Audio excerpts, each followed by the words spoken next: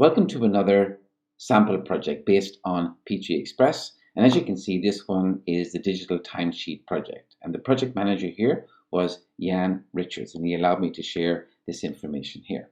So Jan was working with the construction company, which have about 450 people working for them across the UK. And one of the biggest issues for them was collecting hourly data or what they were doing on a daily basis. And usually there was timesheets that came in at the end of the month, and this was causing a huge problem for them.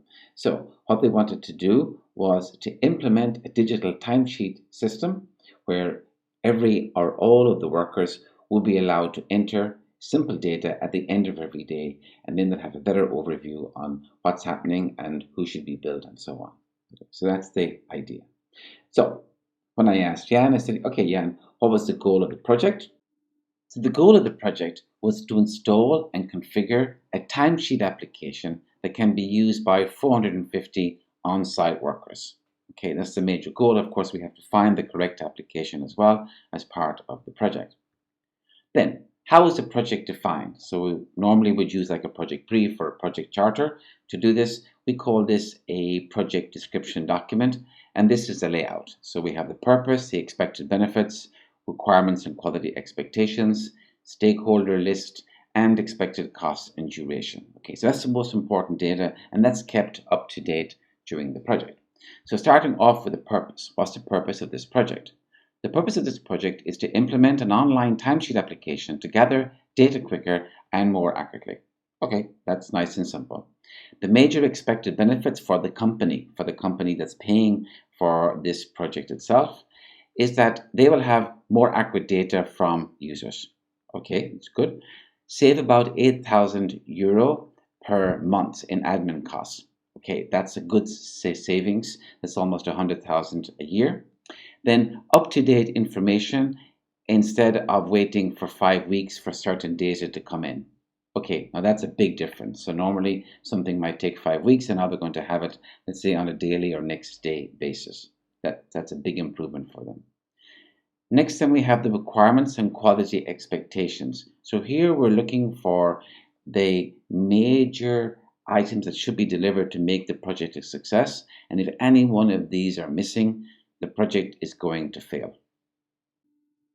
So we start with integration with their SAP HR database. So the timesheet will actually link in to this.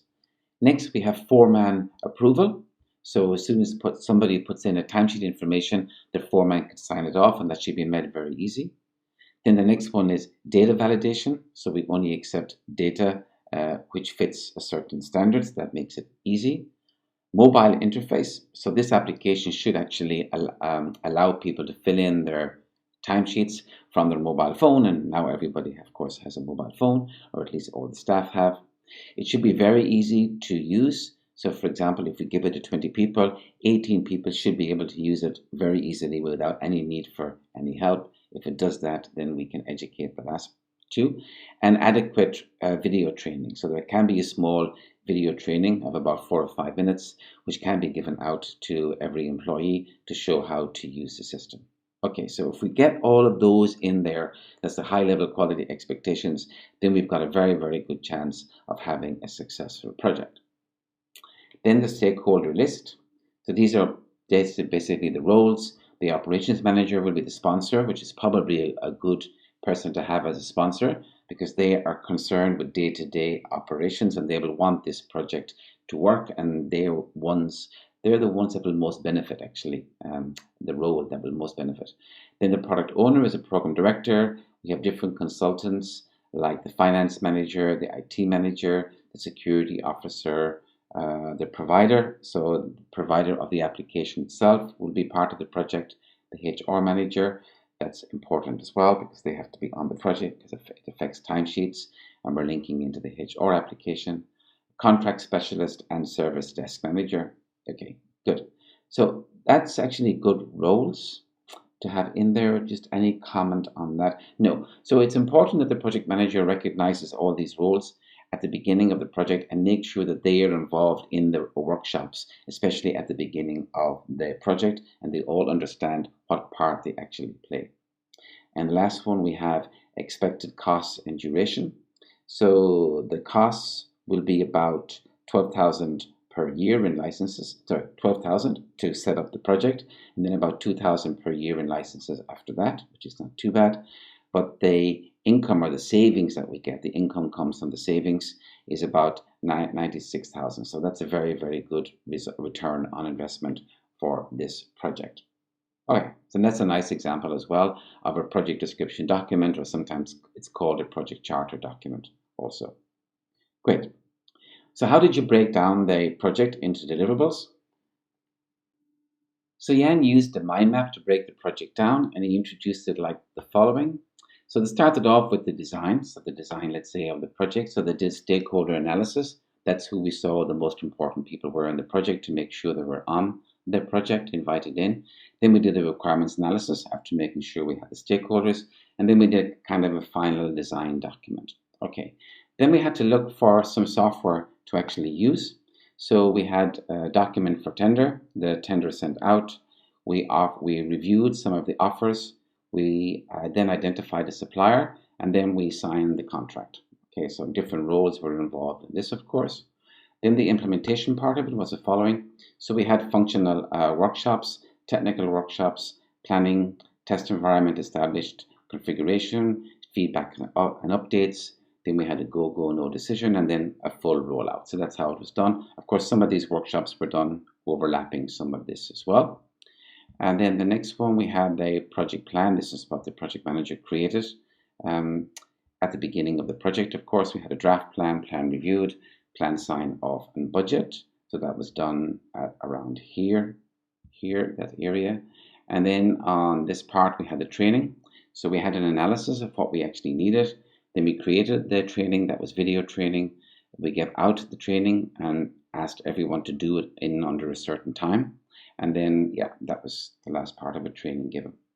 Okay, and that's how the project was broken down. So it's a nice, simple, straightforward, and all of these are deliverables. And we call this a deliverable map. Sometimes it's called a project breakdown or project breakdown structure or a work breakdown structure. We like the name deliverable map because it's a map of all your deliverables in your project. Next, we asked Jan how he planned the project, and he came back with this Gantt chart, which I will show to you. So we could have used a Kanban board, but they decided because it's more construction type of project, they like the idea of using Gantt charts to do that. So here you'll see on the different months, the project is going to start in March. It's going to go on until around September. We have different deliverables here and different owners for those deliverables. And we keep the graphics very, very simple here. We don't go in day to day of what people are doing because that's too detailed. But we try to fix on, okay, these are the main deliverables for this month. So we keep it very, very high level. And that is sufficient. You see here, then we have the design attributes. We have the training ones. We have the tender contract, project plan, and implementation. And some of these, of course, are overlapping all of the time. But the three design ones will be done in March and April. Then we have the training one. The analysis will be done here. And then over here, we have the training created. And in September, it's given out. Then we have the document for tender. That's very done at the beginning of the project. This is like kind of a milestone. Here, the tender is sent. The offers reviewed over here. And the supplier contract and contract signed will be in June. And in the last part, we have, the project plan that's finished over here once we have all the analysis done. So the budget and project signed off is another milestone. And then lastly, we have the implementation, which will take place from July to September. And then we go live at the end of September. So that's a nice or a good overview or a good example for this project as well. Some other information regarding P3Express is the following. So if you want to go to the website itself, just type in P3Express or just on its own in Google, you'll find it.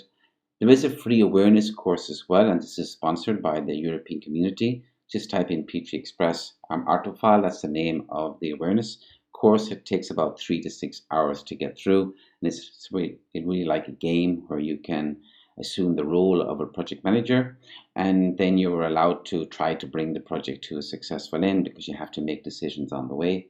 There's also a link. If you type in certification, you can see how you can apply for P3 Express certification as well.